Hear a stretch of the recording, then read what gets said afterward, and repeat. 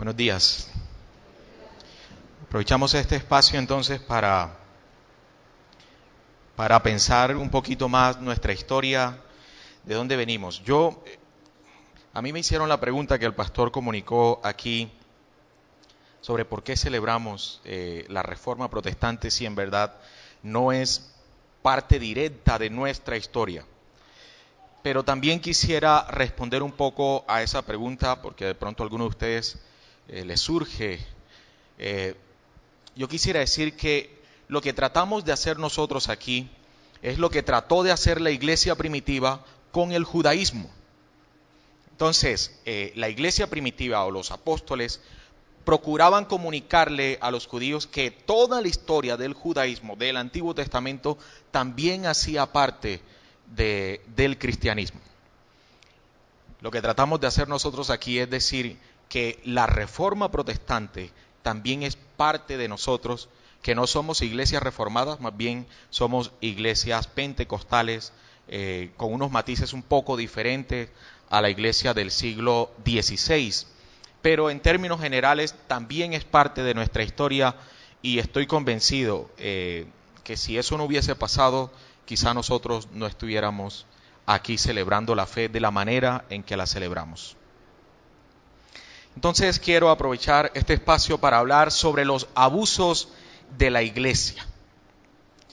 Y me ha tocado una tarea bastante compleja porque quienes me conocen saben que yo amo la iglesia del Señor, yo vivo con la iglesia del Señor, allí me crié, nací en las bancas de la iglesia. Entonces hablar de las cosas que han sido los momentos grises, la palabra gris le suena algo, ¿verdad? Los momentos grises que ha vivido la iglesia, para mí es un poco difícil, pero vamos a hacerlo. Los abusos de la iglesia. Nos ubicamos entonces en el siglo XV y siglo XVI de la iglesia católica. Y cuando hablo de la iglesia católica, no me estoy refiriendo a la iglesia católica romana. Cuando hablo de la iglesia católica, me estoy refiriendo a la iglesia de sus inicios, desde el siglo I hasta el siglo XVI, 1517 aproximadamente. Esa historia que comprende entre el siglo I y siglo XVI es parte de nuestra historia. Nosotros éramos una sola iglesia. Y cada vez que digo iglesia católica, me estoy refiriendo a nosotros, a todos. Muy diferente si yo dijera iglesia católica romana. Entonces quisiera agregar un poco esta idea. Un pastor de Uré, del pueblito donde yo soy, le dijo a uno de sus feligreses: mira, hace rato que no te veo, te saliste del cristianismo, ya no eres cristiano, ya no eres evangélico. Y el hermano le respondió de una manera muy particular. Le dijo: hermano pastor, ¿para dónde voy a coger yo? Esa respuesta para mí ha sido muy interesante. ¿Para dónde voy a coger yo? Y me hace sentir muy relacionado con el hermano, porque el hermano lo que está tratando de decir es que yo no tengo otro lugar donde ir que la iglesia. Y como les comunicaba a ustedes ahorita, yo estoy al servicio de la iglesia del Señor. Toda mi vida ha sido al servicio de la iglesia del Señor. Mis padres son pastores. Incluso mi profesión es teólogo. Si la iglesia no estuviera, yo no hiciera nada aquí tampoco. Todo lo que hago está al servicio de la iglesia del Señor. Y en ese sentido, ilustro esto porque quiero comunicarles lo siguiente. Yo pretendo hacer una quizá fuerte crítica de la iglesia, pero no la hago como alguien que viene desde afuera. La hago como alguien que está en sus entrañas. La hago como alguien que ama a la iglesia. En otras palabras, desde este ideal. cual hijo agradecido con su madre, así pretendo hacer crítica de la iglesia. Entonces espero que si algunos consideran que mis palabras suelen ser un poco fuertes, consideren también que me lo estoy diciendo a mí mismo. Ahora, en medio de esta verdad, debemos decir lo siguiente, que Dios es el Dios de esta iglesia, que Dios es el Dios que ha soportado a su iglesia y la considera su esposa, y se va a casar con su esposa, así tenga los defectos que tenga. ¿Sí me hago entender con eso? Y eso es una verdad que a nosotros nos debe alegrar, que independientemente a la manera como se porte la iglesia, Él viene por ella. Y Él se ha considerado el Dios de la iglesia. Entonces nos ubicamos. Yo quiero dar un panorama un poco más amplio. Quisiera contar primero parte de la historia y luego nos ubicamos en algunos textos bíblicos para pensar esa fe. Nos ubicamos en el siglo XV y XVI. Allí el Renacimiento está en una época florida. El espíritu individualista, el espíritu nacionalista están a flor de piel. La invención de la imprenta acaba de suceder. Además, Cristóbal Colón acababa de llegar también a América Latina. Y el mundo se hace un poco más grande. La cosmovisión va cambiando. Ya el mundo no es tan reducido como se creía antes. Eso está pasando en el medio secular. Pero al interior de la iglesia, aproximadamente desde el siglo XI, el año 1000 en adelante, surgen unos personajes muy interesantes. Entre ellos tenemos a Pedro Baldo. Pedro Baldo nace aproximadamente en el año 1000 y tiene también una especie de reformas, pequeñas reformas. Él es un francés y fue una persona muy piadosa. No sé si Armando irá a tocar de este personaje, pero quisiera decir algo así rápidamente de él. Pedro Baldo acepta al Señor de una manera muy particular. Escuchó a un trovador francés que iba tocando y estas canciones parecían que eran muy desde la fe, y él se sintió conmovido y se le acercó a un maestro, a un teólogo, y le dice, bueno, Pedro Baldo era un hombre muy adinerado en su época, y le dice, ¿qué debo hacer para aceptar al Señor? ¿Qué debo hacer para tener la salvación? Y este maestro le responde como le respondió Jesús al joven rico, vende todo lo que tienes, dáselo a los pobres y sigue al Señor. Y Pedro Baldo decidió vender sus riquezas, repartirlas entre los pobres y siguió al Señor. Hizo voto de pobreza. Y junto a él se vino un montón de gente. De hecho, es probablemente la única expresión de fe de la Edad Media que continúa hasta el día de hoy intacta, sin cambios. En Francia todavía se conocen los valdenses. Estos prerreformadores comienzan a hacer mella al interior de la iglesia. Aparece Juan Hus, Juan Wycliffe, Pedro Baldo, como les dije ahorita, Jerónimo de Praga. Todos ellos vienen haciendo toda una tarea reformadora al interior de la iglesia. Entonces, dos cosas van hasta aquí.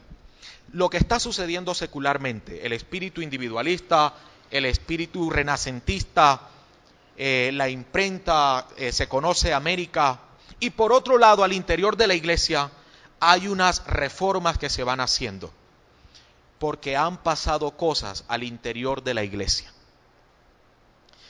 Sin embargo, ¿cuáles son estas cosas que están pasando?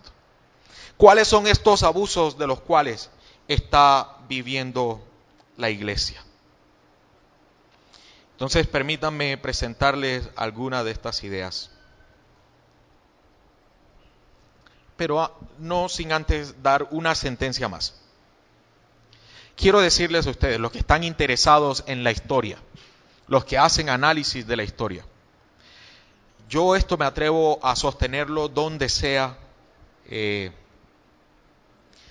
lo siguiente. La reforma protestante debe entenderse en términos de la Biblia. Este movimiento reformante fue netamente bíblico, independientemente a las situaciones que estaban alrededor de la iglesia. La reforma se hace a partir de un encuentro con la palabra de Dios. Los reformadores se encuentran con la palabra de Dios y ellos dicen, aquí ha pasado algo. Es más, permítanme leerle lo que Lutero dice cuando se encuentra en la dieta de Bohr. Si no me convencen mediante testimonio de la Escritura y claros argumentos de la razón, porque no le creo ni al Papa ni a los concilios, que ya está demostrado que a menudo han errado, contradiciéndose a sí mismo por los textos de la Sagrada Escritura que he citado. Estoy sometido a mi conciencia y ligado a la palabra de Dios. Por eso no puedo ni quiero retractarme de nada, porque hacer algo en contra de la conciencia no es seguro ni saludable. Dios me ayude. Entonces, ¿qué está diciendo Lutero? Que su conciencia está ligada ¿a quién? ¿A quién? A la Escritura, a la palabra de Dios. Y desde este punto de vista, entonces es que debemos entender la reforma protestante. Ahora sí, entramos un poco más a los abusos de la Iglesia Católica, los abusos que cometimos en nuestra historia compartida. Estos abusos se deben entender en tres categorías. No sé si les suene familiar un poco, a ver.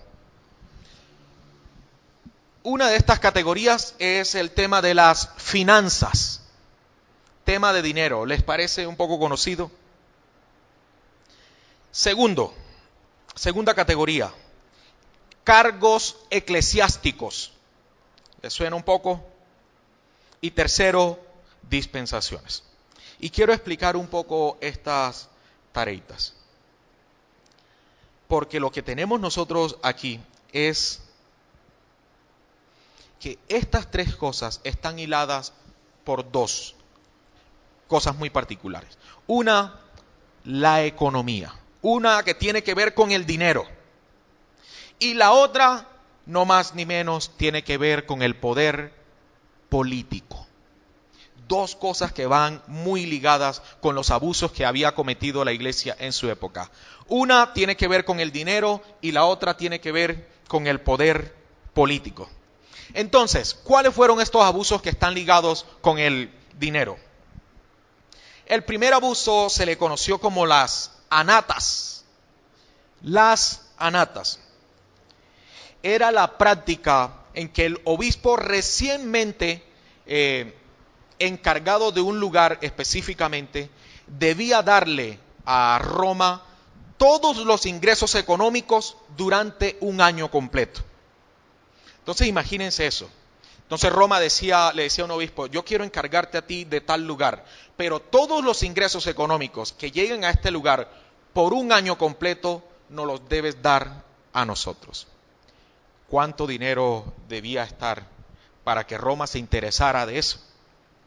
Ahora bien, no fue el único abuso, porque hay otro abuso muy relacionado, que es el abuso de las colaciones. Muy relacionado porque en definitiva Roma decía, bueno, ya lo pusimos a ellos ahí, ya pasó el año y ya no nos va a llegar más dinero. Entonces, ¿qué tenemos que hacer? Cambiémoslo de puesto. Y estas son las colaciones. Lo cambian de puesto y entonces, como es un nuevo cargo, un nuevo lugar, ¿qué tienen que hacer por un año completo? ¿Qué tendrían que hacer? Nuevamente enviarles dinero. Ahora, no es lo único, porque los obispos también se molestaron y dijeron, bueno, y entonces pasa un año y nos cambias para que te sigamos enviando dinero, ¿y nosotros qué? Entonces Roma se inventó lo siguiente, las preservaciones. Consistía en reservar los mejores puestos eclesiásticos, los que presentaban las mejores entradas monetarios únicamente para el uso papal. Tres cositas. Las anales, las anatas las preservaciones y las colaciones. Estas tres situaciones se dan justo para decir todo el ingreso económico que entra en las parroquias, en las iglesias, deben ir por cierto periodo de tiempo a Roma. El dinero metido al interior de la iglesia. Segundo, en relación con los cargos eclesiásticos. Llama mucho la atención lo que pasa aquí con los cargos eclesiásticos. Cargos eclesiásticos que deben entenderse de la siguiente manera. Un sacerdote en su época no era mente sacerdote. No era solamente un sacerdote. Era una persona que tenía poder político en la sociedad o en la comunidad donde a él lo ubicaban. Y eso debemos mirarlo con mucha más lupa. En relación con los cargos políticos, se dio un abuso que se le llamó las expectativas. Consistía en vender los cargos eclesiásticos que todavía no tenían vacantes. Entonces, llegaban a la iglesia de San Juan, por ejemplo, y allí se sabía que el sacerdote iba a salir dentro de un mes más o menos. ¿Qué hacían los otros sacerdotes o obispos? Decían, se le acercaban al Papa y le decían, tal iglesia va a quedar libre. ¿Qué te parece si te doy tanto de dinero y me la entregas a mí? Y al Papa le pareció muy buena estrategia, ¿no? Y le cedía las vacantes. Recuerden, esto es parte de nuestra historia. No estoy hablando de la Iglesia Católica Romana. Estoy hablando de lo que nos pasó a nosotros, porque esta es la historia compartida que tenemos. Lo segundo que se dio, aparte de las expectativas, fue la simonía. Semejante a la expectativa, consistía en la venta de cargos eclesiásticos que ya habían quedado vacantes. Que ya estas personas decían, bueno, ahí no hay nadie, yo tengo tanto de dinero para que me lo entregues a mí. Y nuevamente al Papa le parecía muy buena oferta y así lo hacía. Tanto era que las personas que ocupaban estos cargos no necesitaban ser teólogos, no necesitaban ser sacerdotes. Un laico cualquiera decía, yo quiero tal catedral, y le entregaba tanto de dinero al Papa y él decía, bueno, esa es tuya. Increíble, ¿no?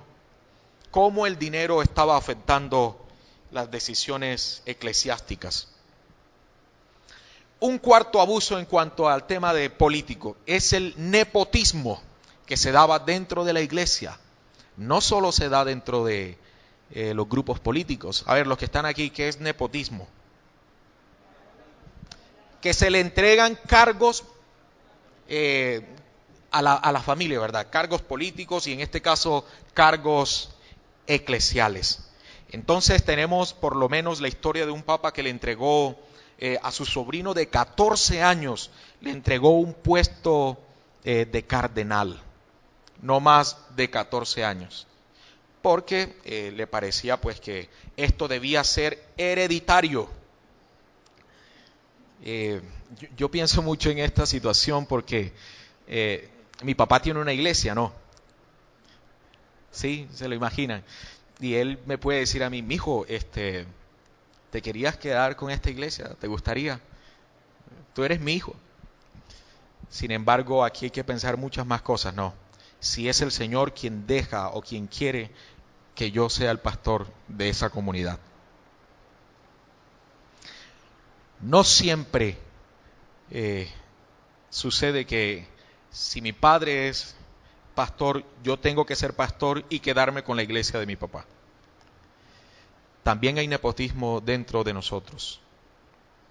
Un cargo más, un abuso más.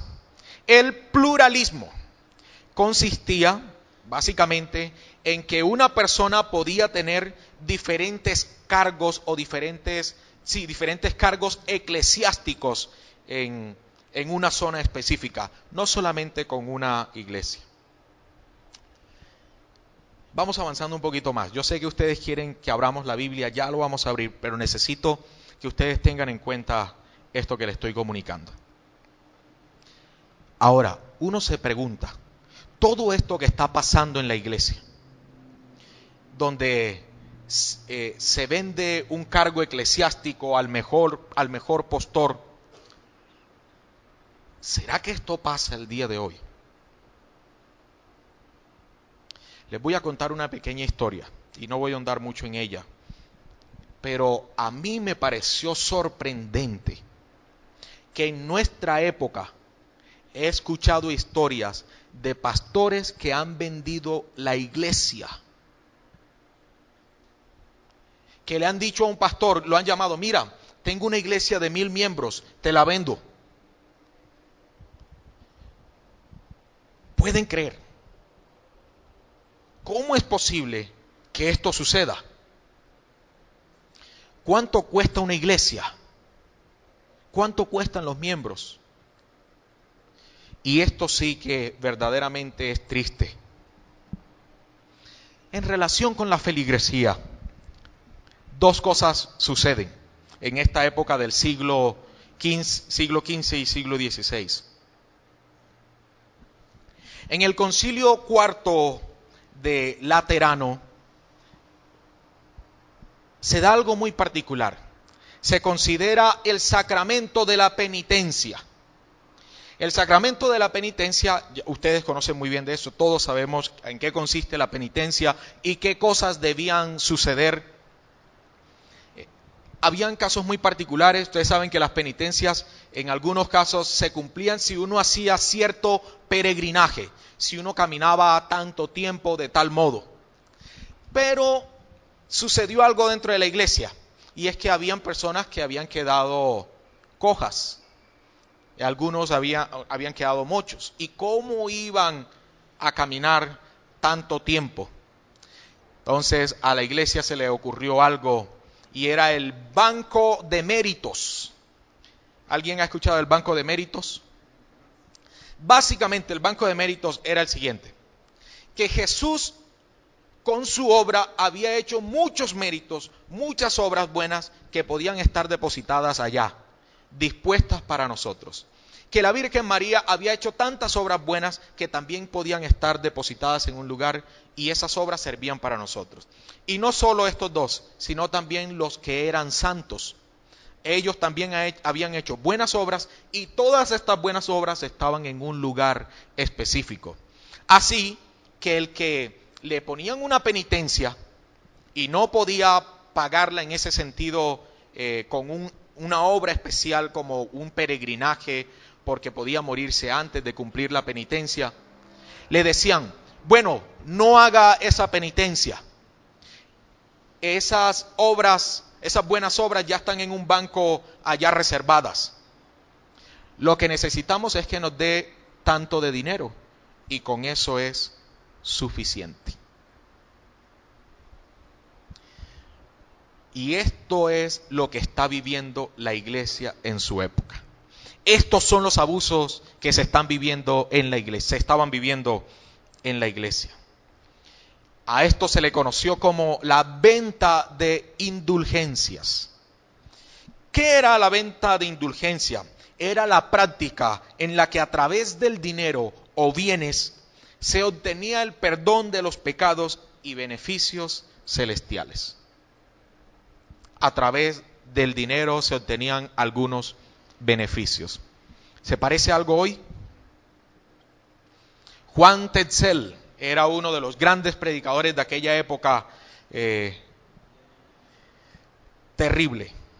Juan Tetzel decía algo: tan pronto el dinero tocaba el fondo del receptáculo, el alma salía del purgatorio. Tan pronto el dinero tocaba el fondo del receptáculo, el alma salía del purgatorio. Interesante. El dinero era el que determinaba que la persona fuera salva. ¿Cómo vamos allí? Haciendo un análisis de todo esto, lo que les he contado a ustedes, lo que tenemos aquí es una religión que se ha encargado de alimentar sus propios bolsillos, que le ha interesado más el dinero que las propias ovejas. Lo que tenemos aquí es un grupo de líderes que sin el más mínimo ejercicio de la misericordia se olvidaron de las ovejas.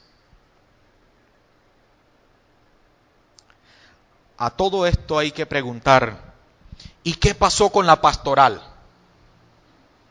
¿Qué pasó con el encargo que el Señor le hace a Pedro? Apacienta mis ovejas.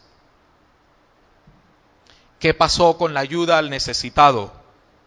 ¿Qué pasó con el mensaje central del Evangelio? La supremacía de Cristo. Acerquémonos un poco entonces al mensaje de Jesús y a la experiencia de algunos discípulos. ¿Qué tal si nos acercamos a Juan capítulo 10? Abran sus Biblias, por favor.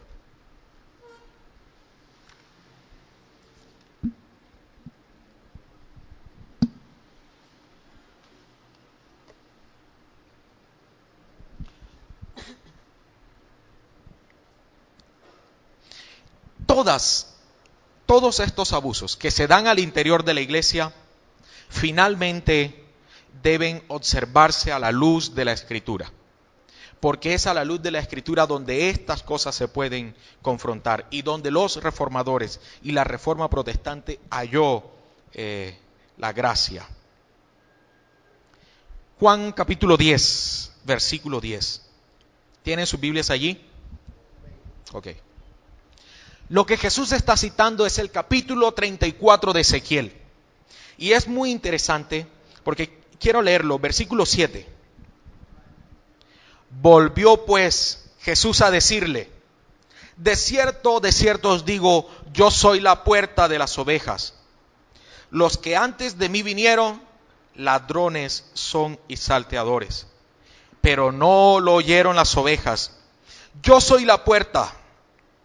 El que por mí entrare será salvo, y entrará y saldrá y hallará pasto.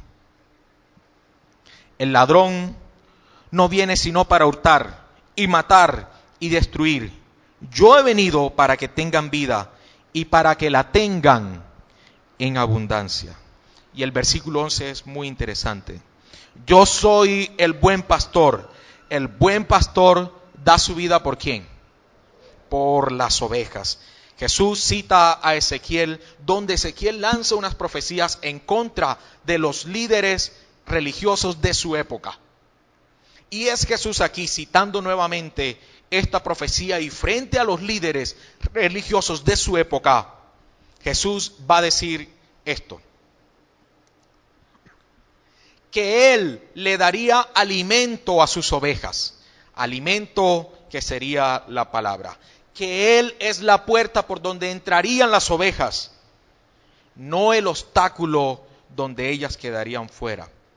Además comunica que Él es quien daría vida para las ovejas, y esta vida sería vida en abundancia.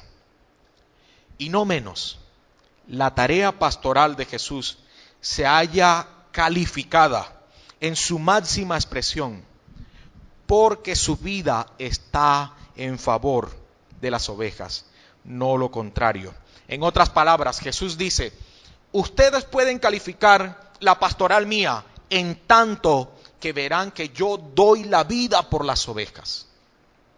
Son las ovejas el máximo bien que tiene este pastor, tanto que daría su vida por ellas. Y uno se pregunta cuando ve el panorama de la iglesia medieval del siglo XVI, ¿estaban los líderes dando su vida por las ovejas? ¿Estaban los líderes de aquella época pastoreando a las ovejas? O más bien, como decía Ezequiel, buscaban engordarse a sí mismo. Por ejemplo, el versículo 12 del texto que acabamos de leer dice: mas el asalariado y el que no es pastor, de quien no son propias las ovejas, ve venir al lobo y deja las ovejas y huye, y el lobo arrebata las ovejas y las dispersa. Esto era lo que estaba pasando con la iglesia de su época, donde el dinero era el máximo bien de aquellos líderes, pero que se ve confrontado a la luz de la obra de Cristo como el pastor. Permítame, yo les cuento algo aquí. Hace unos días atrás, yo llamé a un amigo que es evangelista y que hace tarea evangelística en la costa, y le dije, mira, en la iglesia de Uré se va a hacer un evento en enero, un evento bastante grande, esperamos evangelizar muchas personas. Me gustaría que por favor tú nos acompañaras en las noches evangelizando. Y este amigo mío me dijo así tajantemente, me dice, Jan, mira, yo voy, ustedes consiguen 4 millones de pesos y yo voy. Así. Y le digo yo, y si no tenemos los 4 millones, la iglesia no es digna de mi servicio. La iglesia no es digna de su servicio si no tiene los 4 millones.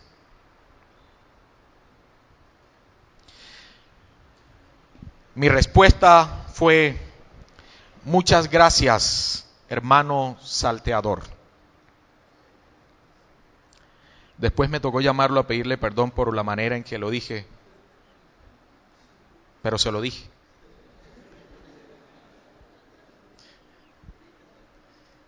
¿Cómo es posible? ¿Cómo es posible? Estamos repitiendo las historias. Y probablemente una de ellas, una de las razones, es porque no la estamos conociendo. Dos sentencias que dan dos personajes muy reconocidos en el medio cristiano. Jerry Savelle dice, Dios quiere que sus hijos usen las mejores ropas, quiere que conduzcan los mejores automóviles y quiere que tengan lo mejor de todo. Basta con pedir lo que necesitamos. Pocas personas saben que hoy pueden escribir su propia orden de compra a Dios. ¿Qué les parece esto? Dios quiere que utilicen los mejores automóviles. Esto es lo que Dios quiere para nosotros. ¿Creen ustedes? Jamás. Kenneth Hagin dice, usted tiene derecho a la prosperidad. Bueno, efectivamente sí. Jesús trajo y pagó por ella. Da $10 y recibirá 1,000. Da 1,000 y recibirá $100,000. De una casa y recibirá 100 casas. De un avión y recibirá 100 veces el valor del avión. Díganme qué persona pobre puede recibir el mensaje del Señor en estas condiciones. Y esta es la tristeza que nos embarga a nosotros hoy. La vergüenza de la indulgencia en aquella época parece que hoy la estamos volviendo a vivir. En las que el dinero termina siendo la solución para todos los males del cristiano.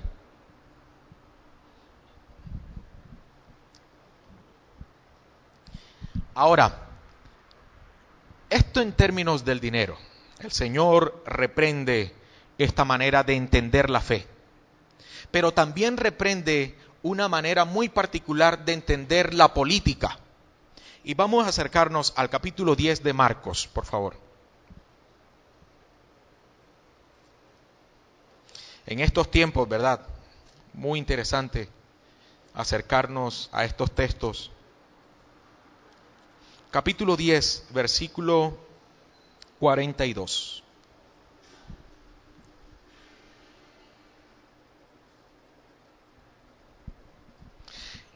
Nos ubicamos en la petición de Santiago y Juan.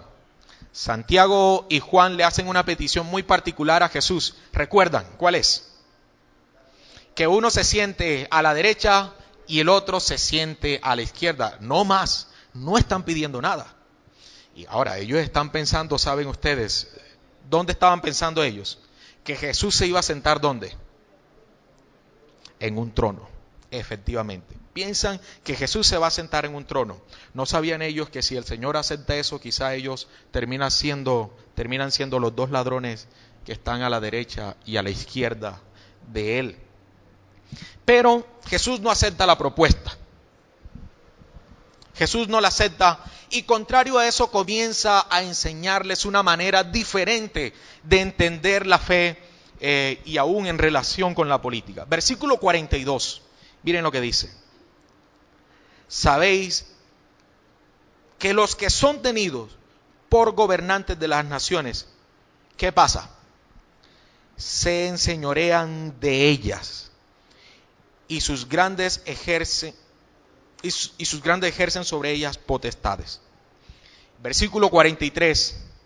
Pero no será así entre vosotros, sino que el que quiera hacerse grande entre vosotros será vuestro servidor.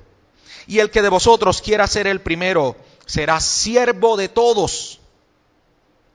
Porque el Hijo del Hombre no vino para ser servido, sino para servir y para dar su vida en rescate por muchos. La oferta política en la que cayó también la iglesia medieval. Jesús comunica que los que son tenidos por gobernantes buscan enseñorearse de los demás, contrario a los valores del reino de Dios. Estos valores del reino de Dios que son invertidos. Que aquí el que es grande, ¿quién es? El que sirve. Me preocupa un poco la nueva ola política que tiene la iglesia en Colombia hoy, que se ha hecho escuchar, gloria al Señor, pero que allí al interior de ella hay quienes se han enseñoreado de su pueblo también. ¿Qué es lo que comunica?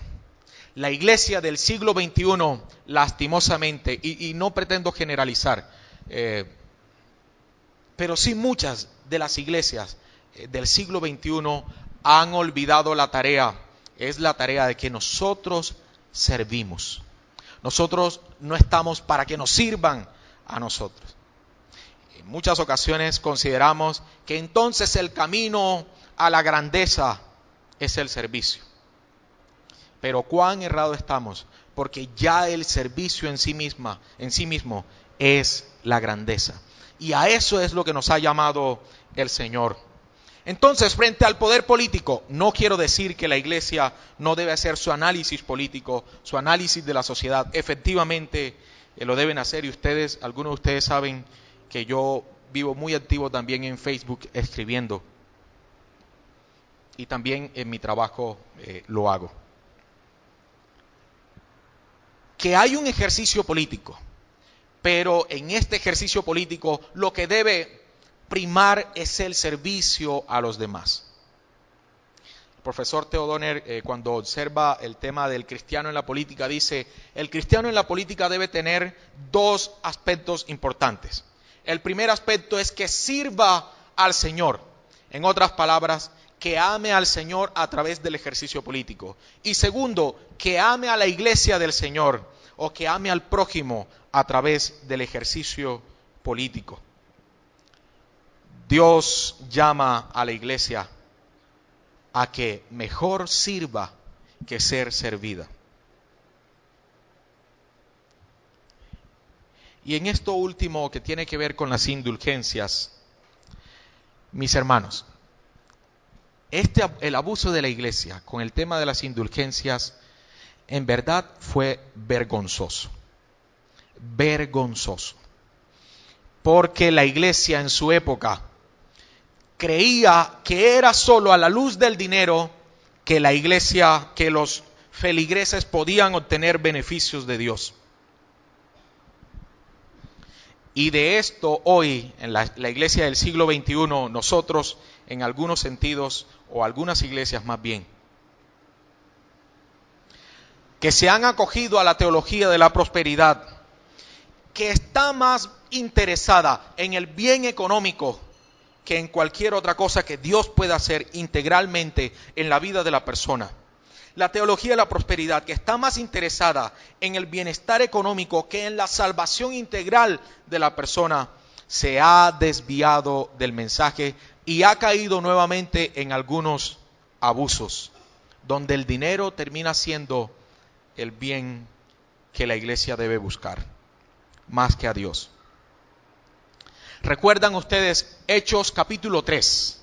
¿Recuerdan ustedes cuál es la historia que tenemos allí?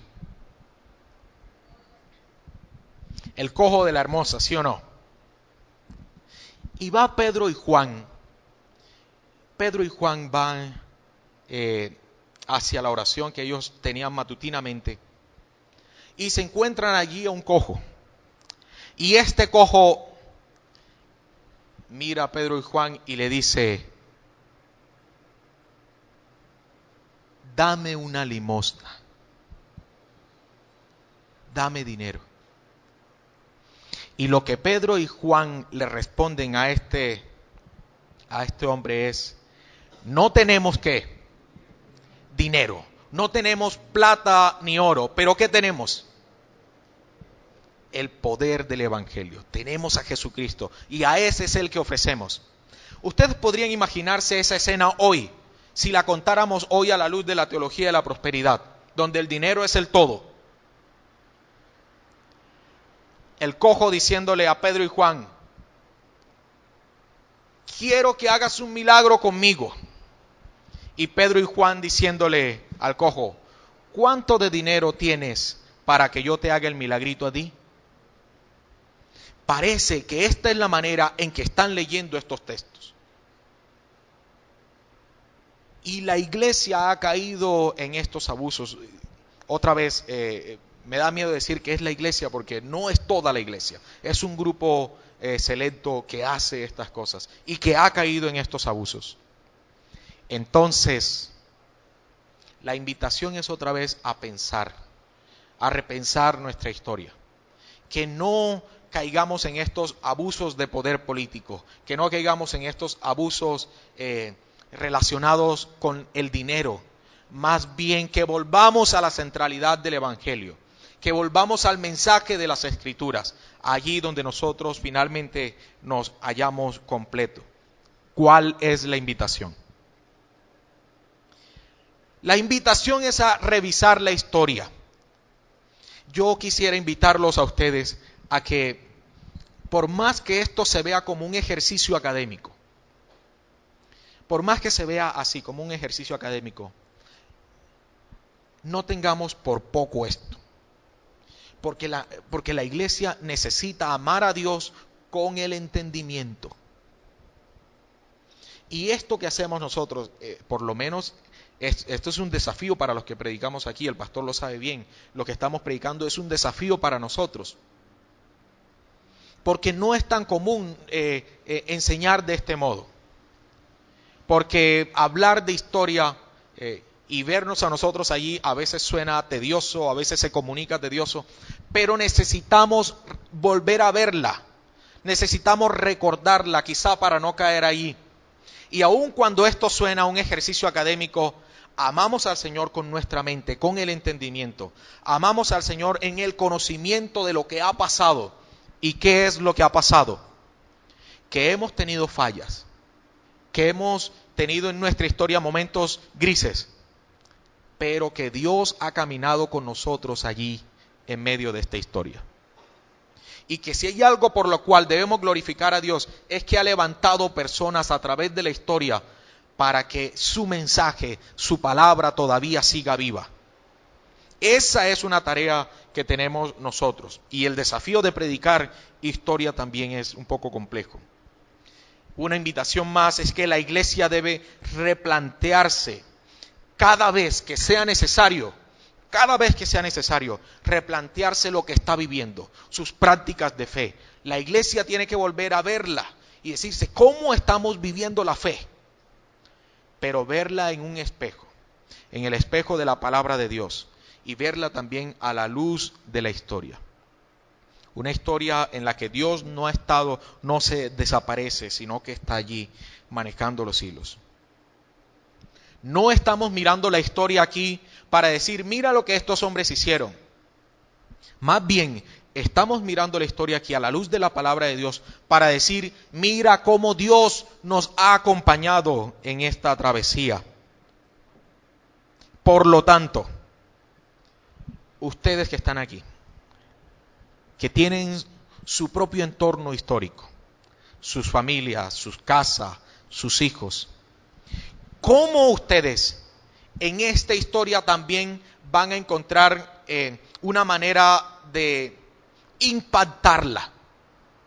Tienen a sus hijos allí, tienen la palabra de Dios allí, tienen una historia. ¿Cómo ustedes ahora son desafiados en esta historia para caminar a la luz de la palabra de Dios? Estos hombres, Martín Lutero, Juan Hus, Juan Wycliffe, todos ellos tuvieron un momento histórico, pero ellos fueron desafiados por el Señor y lo vivieron. No se echaron para atrás. Cada uno de nosotros somos responsables de nuestra propia historia. Y en esa responsabilidad que tenemos de nuestra propia historia, la trazamos, la caminamos, abrimos nuevos surcos, pero definitivamente tiene que ser amparada a la luz de la palabra de Dios. Revisemos nuestra historia a la luz de la Escritura. Ella es el camino. Eso es lo que estamos tratando de hacer. La palabra de Dios es el camino. Ella es luz. Por lo tanto, aun cuando el mensaje suele ser fuerte, porque tenemos que revisarnos, tenemos que hacer crítica de nosotros mismos.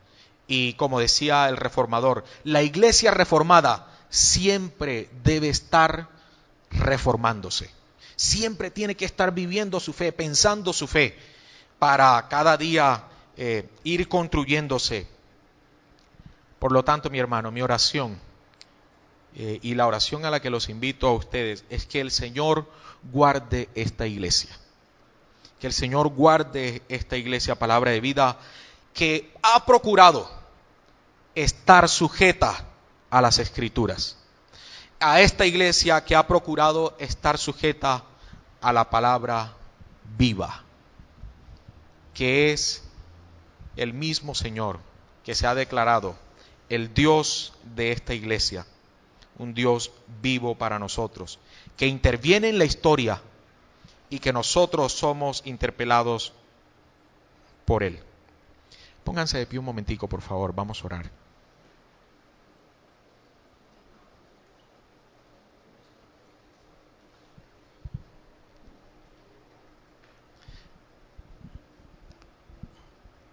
Oremos. Señor,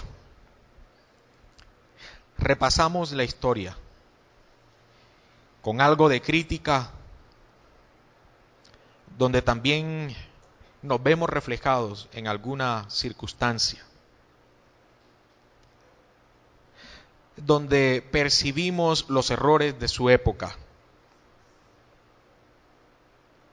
pero donde también encontramos tu soberanía, Señor, donde también encontramos que tú guiaste a tu pueblo, que no lo dejaste desamparado, donde levantaste hombres, Señor, hombres, personas que estaban dispuestas, Señor, a llevar tu mensaje, que estuvieron confrontados con la palabra y asimismo abrían camino, que se enfrentaron a los desafíos más grandes, pero por el solo hecho de estar sujetos a tu palabra, pudieron impactar su entorno.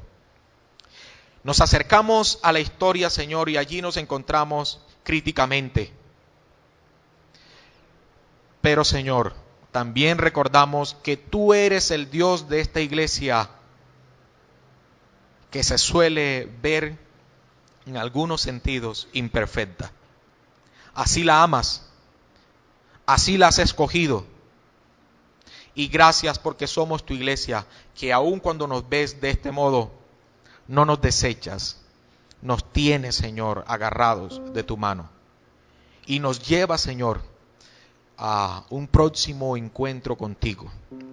Y cada vez que revisamos la historia, Señor, probablemente encontraremos imperfección en ella, pero definitivamente también encontramos un Dios perfecto, lleno de amor por nosotros, cuidándola, llevándola, levantando hombres.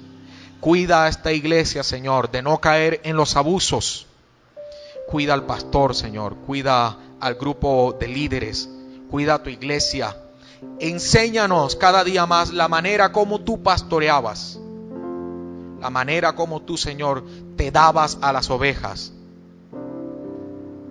Y enséñanos, Señor, a través de aquella pregunta capciosa que te hicieron. Cuando has respondido, lo que es del César, al César se le da. Y lo que es de Dios, a Dios se le da. Gracias por decirnos que nos debemos a ti. Que esta iglesia se debe a ti y no a los poderes políticos y no a los bienes materiales. La iglesia se debe a ti.